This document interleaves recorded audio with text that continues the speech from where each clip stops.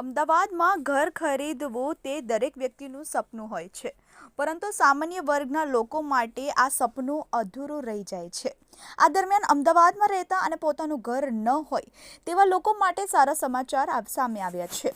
પ્રધાનમંત્રી આવાસ યોજના શહેરી અંતર્ગત ઈડબ્લ્યુએસ પ્રકારમાં આવાસો માટે અરજી મંગાવવાની જાહેરાત કરવામાં આવી છે.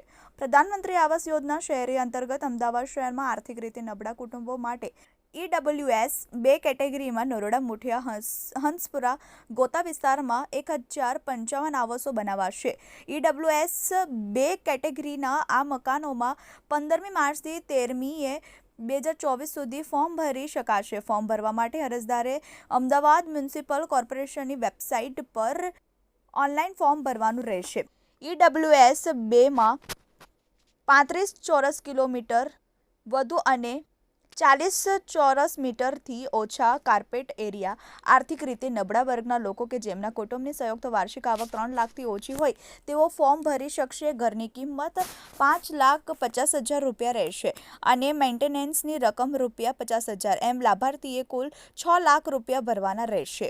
Bureau report, TV18 news, Ahmedabad.